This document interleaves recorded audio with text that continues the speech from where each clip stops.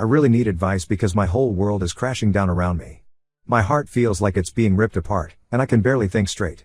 I, 36M, have been married to Laura, 35F, for 12 years, and we have 3 beautiful children together, John, 10M, and the twins, Emma and Sarah, 7F. Everything in our life seemed perfect until recently when my entire world started falling apart. Laura and I met during our sophomore year in college. I still remember that day clearly. She was sitting in the campus coffee shop, grading papers for her teaching assistant job. I was there studying for my business finals, and we ended up sharing a table because the place was packed. We talked for hours that day, completely losing track of time. She was studying to become an elementary school teacher, and her passion for working with kids was obvious from the start. I was pursuing my business degree, dreaming of starting my own company someday. We dated throughout college, and everything just clicked between us. After graduation, we both landed good jobs in the same city. I started working at a marketing firm, and she got a position teaching 3rd grade at a local elementary school. We got married a year later in a small ceremony with close family and friends. Our parents helped us with the down payment for our first house, and we started building our life together. John came along 2 years into our marriage. Laura was an amazing mother from day one. She somehow managed to balance her teaching career with being a mom, and I was in awe of her. When she got pregnant with the twins 5 years later, we were overjoyed. Those early years were challenging but wonderful. We were tired all the time from juggling work and 3 young kids, but we were happy. We had date nights every Friday, took family vacations every summer, and always made time for each other despite our busy schedules. For the past 10 years, I've been growing my own marketing consultancy. It started as a side hustle but grew into something bigger. Laura was incredibly supportive during those early years when I was working late trying to build the business. She never complained when I had to miss dinner or when I was stressed about landing clients. She believed in me when I doubted myself.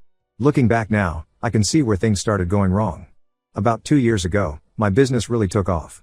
I was finally making the kind of money that could give our family a comfortable life. We moved to a bigger house in a better school district, got new cars, and could afford nice vacations. But with the success came longer hours and more stress. I started missing those Friday date nights. Family dinners became rarer.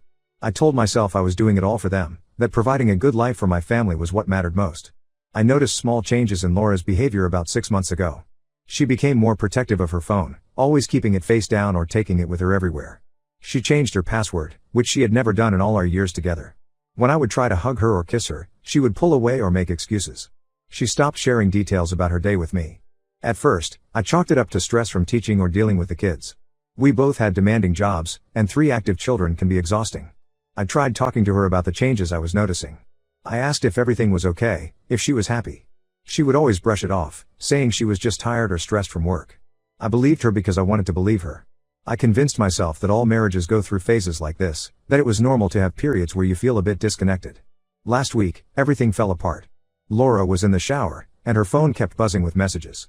When I glanced at it, I saw a man's name, Mark, and preview of a message that made my stomach drop.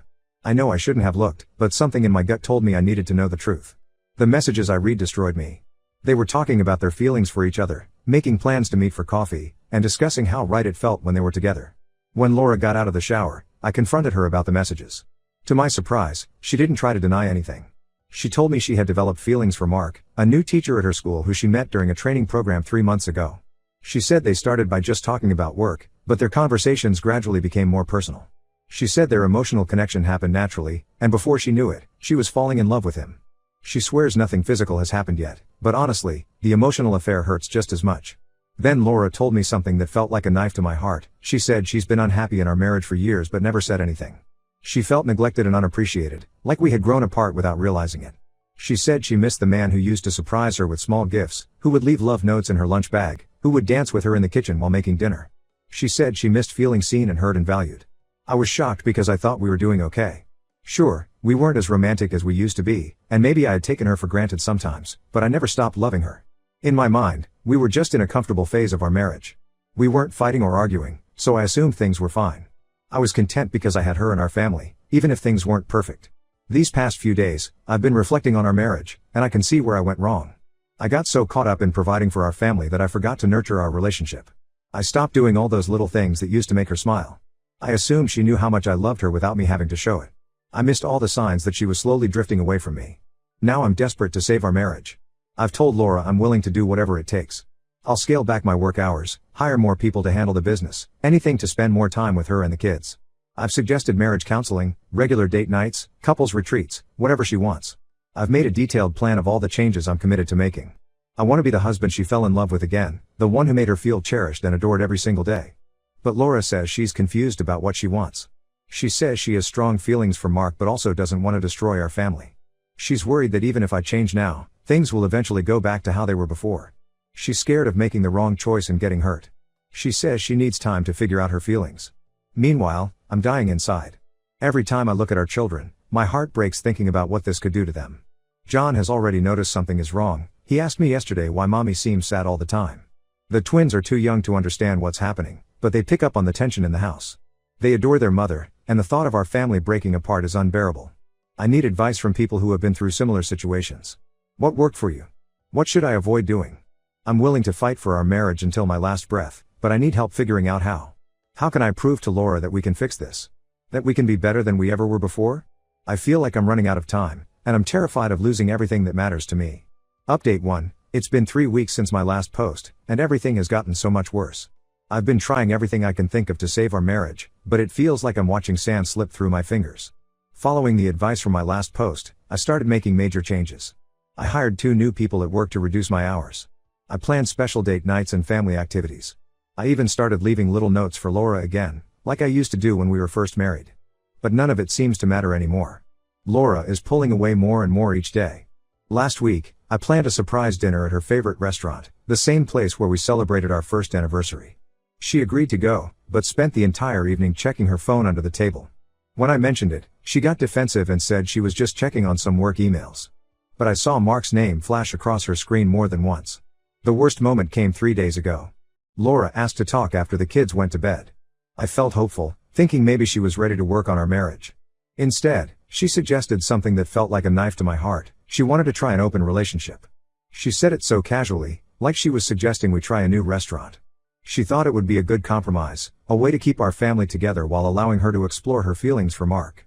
She even encouraged me to find someone else for myself, saying it would only be fair. I just sat there, stunned. The Laura I married would never have suggested something like this. When I finally found my voice, I asked her if she really thought I could share her with another man, or if she truly believed I wanted to be with anyone else. She got frustrated, saying I was being old-fashioned and possessive. She said relationships can take many forms, and maybe this would be better than divorce. I couldn't even continue the conversation. I went to sleep in the guest room that night, feeling like I was living in some kind of nightmare. This weekend, I finally met Mark. He came to our house, to pick up Laura for what she called a friendly coffee. Seeing him in person made everything so much more real and painful. He's 25, a full decade younger than us. He showed up in trendy clothes, with this easy confidence that comes from having no real responsibilities in life. No mortgage, no kids, no complexity. Just a young guy who thinks he's in love with my wife. I watched them leave together, and the contrast was stark. Laura was practically glowing, laughing at something he said as they walked to his car. She looked younger somehow, more like the college girl I fell in love with. I could see why she might be attracted to him. He represents everything that's new and exciting, everything that our settled, routine life isn't. The situation is affecting our children more than Laura wants to admit. John, our 10-year-old, has started acting out at school. His teacher called last week because he got into a fight with another student who made a comment about his mom always texting during his baseball games. The twins are confused and clingy. They've started having trouble sleeping, often crawling into my bed in the middle of the night asking when mommy is coming home from her friend's house. Last night, Emma, one of our twins, asked me a question that broke my heart. She said, "Daddy, does mommy love her friend more than us? Because she always wants to talk to him instead of watching movies with us like we used to." I had no idea what to say. How do you explain to a 7-year-old that her mother is prioritizing a relationship with another man over her own family? I tried talking to Laura about how this is affecting the kids. I showed her John's school report, told her about Emma's question. But she got defensive immediately. She said I was trying to manipulate her by using the children against her. She insisted that kids are resilient and will adjust to whatever changes come their way. She said she deserves to be happy and that being a good mother doesn't mean she has to sacrifice her own happiness. But what about their happiness? What about the stability and security they need? Our friends have started to notice what's happening. Some of them have tried talking to Laura. Her best friend since college, Sarah, came over last weekend specifically to talk some sense into her. But Laura accused her of taking my side and not understanding her feelings. She said Sarah was just jealous because she was stuck in a boring marriage herself. Sarah left in tears, and Laura has since blocked her number. Laura has also stopped talking to most of our other mutual friends. She says they're all judgmental and don't understand that sometimes people fall out of love and find new connections. She's been spending more time with some new friends from work, people who don't know our history and won't question her choices. I'm watching the woman I love turn into someone I barely recognize. The Laura I knew would never have suggested an open marriage. She would never have dismissed our children's feelings or hurt her friends like this. She would never have betrayed our marriage vows so casually. It's like Mark has become her entire world, and everything else, our family, our history, our life together, is just an inconvenience to be managed. The most painful part is catching her in those unguarded moments when she's texting him. Her whole face lights up in a way it hasn't for me in years. Sometimes she'll laugh at something he's written, and it's like a punch to my gut because I remember when I used to make her laugh like that. I'm still trying to fight for our marriage, but it feels more and more like a losing battle. Every time I think we're making a tiny bit of progress, she pulls away again. Last night, I heard her on the phone with him in our backyard, telling him how much she misses him even though she'd just seen him that afternoon. I never thought our marriage would come to this. I never thought the woman I've loved for 12 years, the mother of my children, could become a stranger so quickly. Continued in next part due to length. Update 2. It's been 2 months since my last update, and everything has finally reached a breaking point. Yesterday, Laura sat me down in our kitchen, the same kitchen where we used to dance while making dinner, where we've had countless family breakfasts, where our kids took their first steps, and told me she wants a divorce. The worst part wasn't even the words themselves, but how calmly she said them, like she was telling me about her plans for the weekend. She had clearly planned this conversation carefully. She already had a folder full of papers from her lawyer, complete with proposed custody arrangements and alimony calculations. While I've been desperately trying to save our marriage, she's been methodically planning its end. She wants to move in with Mark and start what she calls her new life. She kept using that phrase, new life, as if our 12 years together and 3 children were just some old chapters she could easily close. Laura has everything figured out in her head. She wants primary custody of the kids, offering me weekends and some holidays like she's doing me a favor. She's asking for significant child support and alimony because her teacher's salary is much lower than what I make from my business. The business I built while she supported me, the success we achieved together, now it's just a number to be divided. The conversation kept getting worse. She's already found an apartment near Mark's place and started looking at schools in that area for the kids. She's planned all this without even telling me she was considering moving the children to a different school district. When I protested, saying the kids shouldn't have to leave their friends and familiar environment, she accused me of being difficult and not putting the children's best interests first. Somehow, in her mind, uprooting them from everything they know is what's best for them. I made one last attempt to save our marriage. I reminded her of how we met in college, how we built our life together from nothing. I talked about the birth of our children, our first house, all the challenges we overcame together. I reminded her of the vows we made, the promises to stay together through better or worse. But Laura just stared at me with this distant look in her eyes, like she was watching a movie about someone else's life. Then she said the words that shattered what was left of my heart, I don't love you anymore. I'm in love with Mark. She said it so matter-of-factly, like she was commenting on the weather. She didn't even seem sad about it. She said Mark understands her in a way I never did, that he makes her feel alive again. When I asked about our children, she said they'll adjust and that it's better for them to have a happy mother than parents who stay together unhappily. The divorce proceedings started this morning. Our first meeting with the mediator is scheduled for next week. We're trying to keep things civil for the kids' sake, but it's incredibly hard. Every time I see her, I'm reminded of the woman I fell in love with, and I can't understand how we got here. How did the person who once couldn't sleep without holding my hand become someone who can barely look me in the eye? Laura moved in with Mark last week. She packed up her things while I took the kids to the park because she didn't want them to see her leaving. When we came back, half our family photos were gone from the walls. The house feels empty now, like a museum of what used to be. The kids keep asking when mommy is coming home, and I don't know what to tell them anymore. The hardest part is that Laura seems genuinely happy with her decision. Yesterday, I dropped off the kids at her new place, and I saw her laughing with Mark in the kitchen through the window. She looked younger, carefree, like the weight of our marriage had been holding her back all these years. Our oldest, John, saw it too and asked me why mommy never laughed like that with us anymore. Our mutual friends are divided over the situation. Some have sided with Laura, saying people can't help who they fall in love with and that everyone deserves to be happy. Others are disgusted by her choices, especially how she's handled everything with the kids. My best friend told me she saw Laura and Mark at a restaurant last night, acting like teenagers in love, while Laura was supposed to be having dinner with our daughters. I'm trying to stay strong for our children, but some days are harder than others. The twins still cry at bedtime, asking for their mom. John has become withdrawn and angry, refusing to talk to Laura on the phone. I'm doing my best to hold everything together, but watching our family fall apart while Laura builds her new life with Mark is the hardest thing I've ever had to do. Update 3, it's been 6 months since everything fell apart, and the divorce is finally official. I signed the last papers yesterday. 12 years of marriage, 3 beautiful children, and countless memories, all reduced to a stack of legal documents and cold, formal agreements about custody schedules and financial arrangements. Laura and Mark are still together. They've moved into a bigger apartment, and she seems committed to her new life with him.